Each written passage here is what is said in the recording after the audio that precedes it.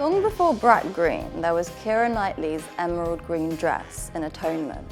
Ever since the film came out in 2007 and was quickly voted the greatest film costume ever in a Sky Movies InStyle poll, it's been unforgettable. With fashionistas like Victoria Beckham and Alexa Chung attempting their own imitations years later.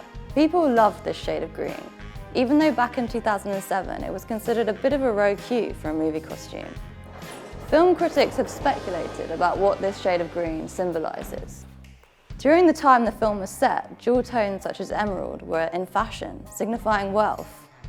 Although, according to colour theory, the green could signify abundance of nature. Others have speculated that it shows mystery or menace. The author of the book Atonement, Ian McEwan, dedicated several pages to his character Cecilia's process of choosing her outfit. He writes that when she put it on, it was a mermaid who rose to meet her in her own full-length mirror.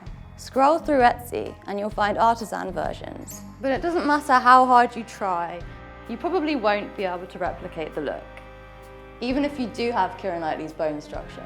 Because the designer, Jacqueline Duran, made this costume with impossibly thin, fragile silk, complete with many replicas in case one ripped on set. Her work is absolutely incredible. It's meant to be seen, not worn, just because of how iconic it is and how specific it is. Duran says that although it was impractical, a thicker material wouldn't have hung the same way or clung to her body as well. Also, I'm sorry to ruin the illusion, but it's not actually a dress. It's a skirt, sash, and top. If you go through the process of trying to make something that someone has created, you learn how much you don't know about the process. It was sort of an unrecreatable dress in general. Oh, and you might not have noticed, but Keira Knightley deliberately wears 3 slightly different shades of green in this sequence. They bought reams of white silk and dyed it different colours. Initially, her dress is a bright green, while for a raunchy scene in the library, her dress is darker.